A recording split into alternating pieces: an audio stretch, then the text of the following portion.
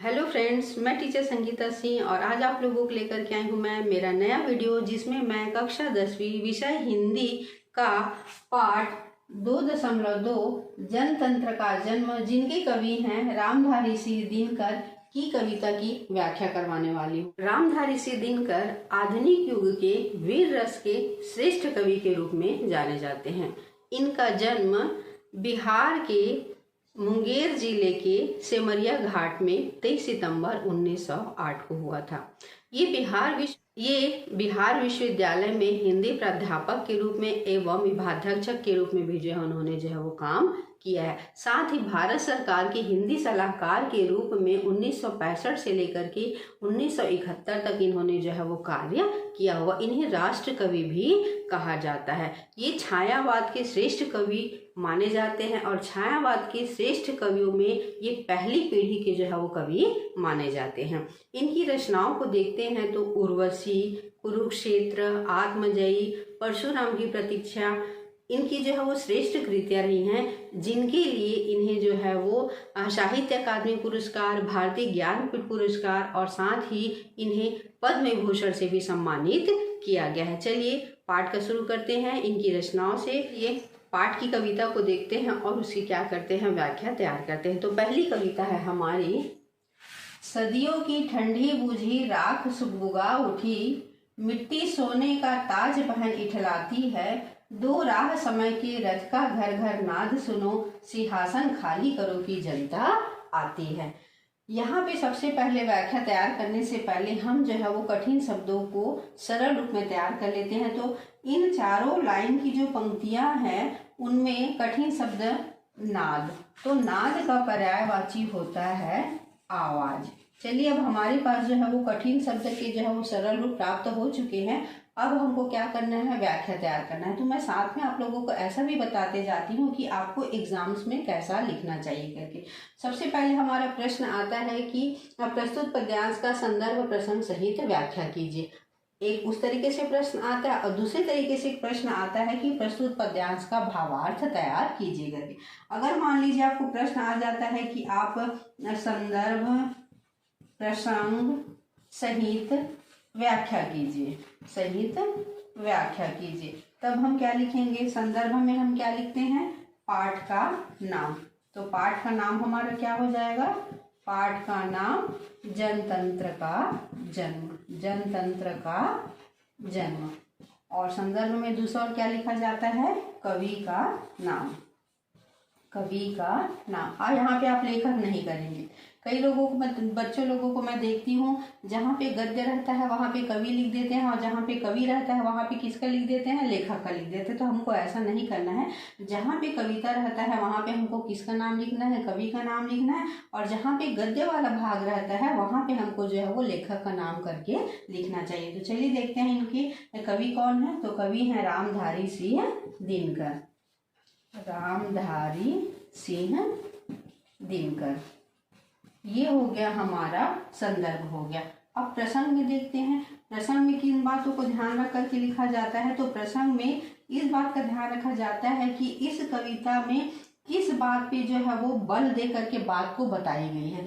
तो यहाँ पे जो बात बताई गई उसमें वो जनतंत्र की वो स्थापना के लिए बात की गई है। तो यहाँ इस कविता में रामधारी सिंह दिनकर ने जनता को शासन तंत्र सौंपने का आह्वान किया है। चलिए अब देख लेते हैं व्याख्या को। व्याख्या क्या है, व्याख्या में रामधारी सिंह दिनकर के द्वारा क्या कहा जा रहा है, सदियों की ठंडी बूझी राख सुगबुगा उठी, मिट्टी सोने का ताज पहन इठलाती है। कवि रामधारी सिंह दिनकर कहते हैं कि सदियों से लोगों के मन में ब्रिटिश राजतंत्र को हटाने की सुगबुगाहट थी। जो यहाँ व्यापार करने आए थे वो बादशाह बन गए। समय का पासा पलटते गया और वो आगे बढ़ते गए। लेकिन जनता आज चाहती है कि वो हट जाए और जनतंत्र को खाली कर दे। अब हम इनका विशेष देखते हैं। विशेष में भाषा प्रवाहपूर्ण है, सरल है और ओज गुड़ का प्रयोग इस कविता में किया गया है। पद्यांश को देखते हैं। रामधारी सिंह दिनकर ने इस कविता के माध्यम से क्या बातें कही हैं। जनता हाँ मिट्टी की अबोध मूर्तें वहीं, जाड़े पाले की कसक सदा सहने वाली, जब अंग अंग में लगे सांप हो चूस रहे, तब भी ना कभी मुंह खोल दर्द सहने वाली। व्याख्या देखने से पहले सबसे पहले फिर कठिन शब्दों को देख लेते हैं। तो यहाँ पे कठिन शब्द है अबोध। अबोध मतलब होता है अज्ञान या मूर्ख। अज्ञान या मूर्ख। संदर्भ प्रसंग को देखेंगे तो जैसा पहले ही बताई हूँ, पाठ का नाम, कवि का नाम को हमको किस में लिखना है, संदर्भ में लिखना है। और प्रसंग में जो है वो जो आह्वान किया गया है जनतंत्र की स्थापना के लिए, उसको प्रसंग में हमको लिखना है। अब चलिए देख लेते हैं किसको, व्याख्या को देख लेते हैं। रामधारी सिंह दिनकर कहते हैं कि जनता ब्रिटिश राजतंत्र को क्या कर रही है, ललकार रही है, जो मिट्टी की अबोध मूर्ति के समान है। उसने जो है वो सदा दुख सहने का काम किया है, लेकिन अब ब्रिटिश राजतंत्र को हटाने के लिए वह जो है वो मुंह खोल रही है। और वह क्यों मुंह खोल रही है, क्योंकि ब्रिटिश राजतंत्र उसे सांप की तरीके से चूस रहा है, जिसका दर्द उसे बर्दाश्त नहीं हो रहा है। इसलिए वह अपना क्या करेगी, मुंह खोलेगी, क्योंकि उसे चाहिए जनतंत्र। विशेष को देख लेते हैं। विशेष भाषा सरल है, प्रवाहपूर्ण है, ओज गुड़ की कविता है। चलिए अब तीसरे पद्यांश को देख लेते हैं। तीसरे पद्यांश में कवि रामधारी सिंह दिनकर के द्वारा क्या कहा गया है। जनता हाँ लंबी बड़ी जीभ की वही कसम, जनता सचमुच ही बड़ी वेदना सहती है, सो ठीक मगर आखिर इस पर जनमत क्या है। यह प्रश्न गुड़ जनता इस पर क्या कहती है। गुड़ का पर्यायवाची होता है गुप्त। संदर्भ प्रसंग पुनः जैसे हमने पहले बताया था वैसे अब हम किसको देख लेते हैं, व्याख्या को देख लेते हैं। रामधारी सिंह दिनकर जी कहते हैं कि मैं सचमुच कसम खा के कहता हूँ कि जनता दुख सह रही है, इस पर जनमत क्या कहता है, यह गुप्त प्रश्न है।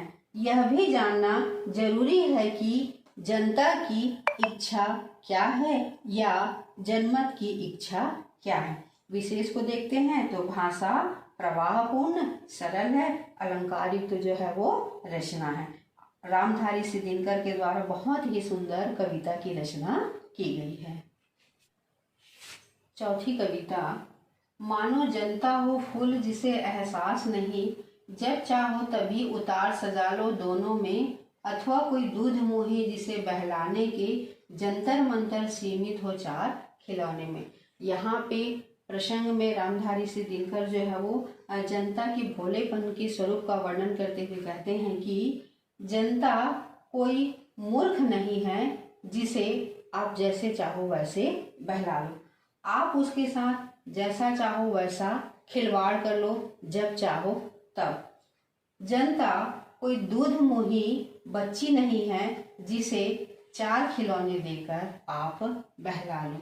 रामधारी सिंह दिनकर द्वारा बहुत ही सुंदर रचना, भाषा प्रवाहपूर्ण सरल सहज, जंतर मंतर में द्वंद्व समास।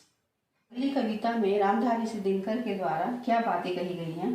लेकिन होता भूडोल बवंडर उठते हैं, जनता जब कोपा कुल हो भ्रिकुटी चढ़ाती है, दो राह समय की रथ का घर घर नाद सुनो, सिंहासन खाली करो की जनता आती है। यहाँ पर कुछ पर्यायवाची शब्द हैं, जैसे भूडोल। भूडोल का पर्यायवाची होता है कंपन, या जिसे हम भूकंप भी कहते हैं। बवंडर तूफान, भ्रिकुटी भौहें, नाद का पहले ही बता चुकी हूँ, आवाज। चलिए अब हम इसकी व्याख्या को देख लेते हैं। यहाँ पर प्रसंग में जनता जब क्रोधित हो जाएगी तो किस प्रकार की स्थिति निर्मित हो जाएगी उसके बारे में बताया गया है। तो कवि रामधारी सिंह दिनकर कहते हैं कि जब जनता क्रोधित हो तो वे अपनी भौहें तानकर विरोध भी दिखा सकती हैं, और ऐसी स्थिति में कंपन या तूफान आने की स्थिति निर्मित हो जाती है तो हे शासकों, समय के परिवर्तन की आवाज को सुनो, सिंहासन खाली करो, क्योंकि जनतंत्र की स्थापना करनी है। विशेष को देखते हैं तो विशेष में वही सारी बातें, भाषा प्रवाहपूर्ण, सरल, ओजगुड़ की कविता। अगले पद्यांश में रामधारी सिंह दिनकर लिखते हैं, हुंकारों से महलों की नींव उखड़ जाती, सांसों के बल से ताज हवा में उड़ता है, जनता की रोके राह समय में ताप कहाँ, वह जिधर चाहती काल उधर ही मुड़ता है। संदर्भ, प्रसंग और विशेष बार बार उन्हीं को लिखना है, इसलिए मैं सिर्फ व्याख्या को बस बताते जा रही हूँ।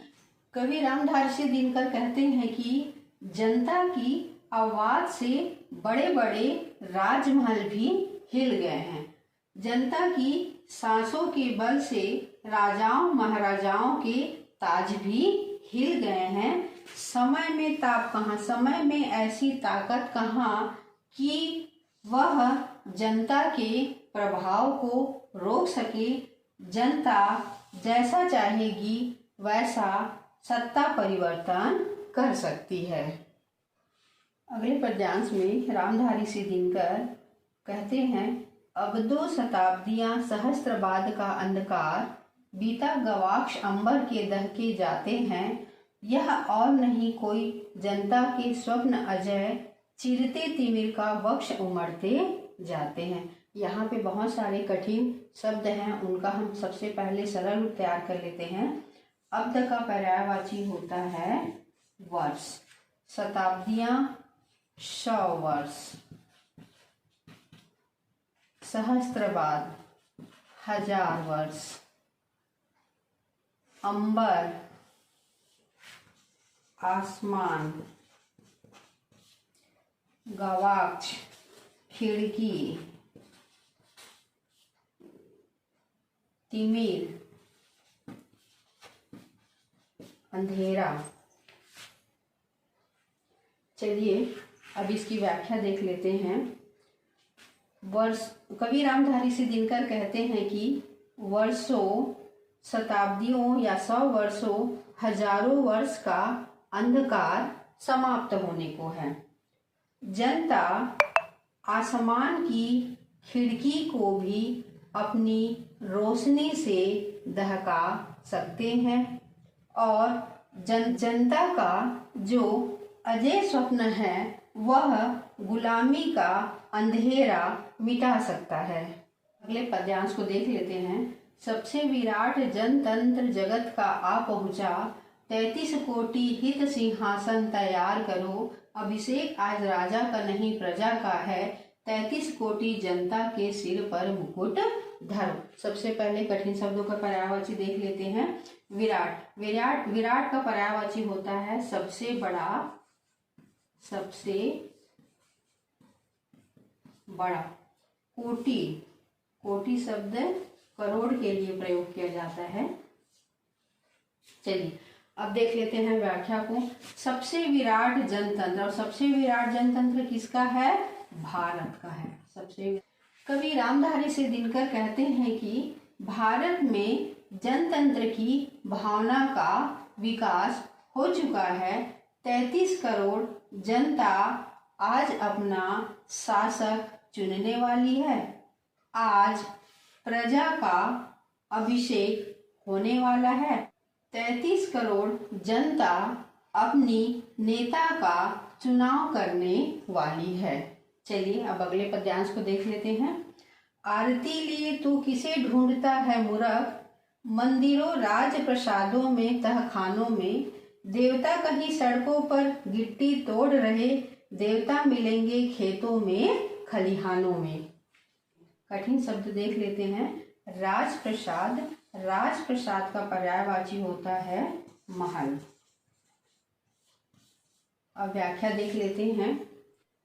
रामधारी सिंह दिनकर जी कहते हैं कि जिस देवता को तुम हाथों में थाल लिए ढूंढ रहे हो, कहाँ ढूंढ रहे हो? मंदिरों में, महलों में, तहखानों में। वे हमारे मजदूर हैं और वह कहाँ मिल रहे हैं? सड़कों पर गिट्टी तोड़ रहे हैं, खेत खलिहानों में काम कर रहे हैं। फावड़े और हल राजधन बढ़ने को हैं, धूसरता सोने से श्रृंगार सजाती है। दो राह समय के रथ का घर घर नाद सुनो, सिंहासन खाली करो की जनता आती है। यहाँ पर रामधारी सिंह दिनकर जो है वो मजदूरों के महत्व का वर्णन करते हुए कहते हैं कि कवि रामधारी सिंह दिनकर कहते हैं कि फावड़े और हल का महत्व बढ़ने वाला है, सोने की चमक फीके पड़ने वाली है। समय रूपी रथ की आवाज को सुनो, क्योंकि विश्व का सबसे बड़ा जनतंत्र भारत का बनने वाला है। विशेष को देखते हैं तो मजदूरों के महत्व को बताते हुए बहुत ही सुंदर रचना जनतंत्र की स्थापना के लिए कवि रामधारी सिंह दिनकर के द्वारा की गई है। ओज गुड़ की कविता है, पूरे भाषा जो है वो बहुत ही सुंदर तरीके से रामधारी सिंह दिनकर के द्वारा प्रस्तुत किया गया था। ये था इस पाठ का व्याख्या। और अगर आज का वीडियो आप लोगों को पसंद आया होगा तो like, comment, share and subscribe करें। मैं अगले वीडियो में जो है वो पाठ के अभ्यास प्रश्न, भाषा के बारे में और अन्य प्रश्नों को जो है मैं शामिल करूँगी।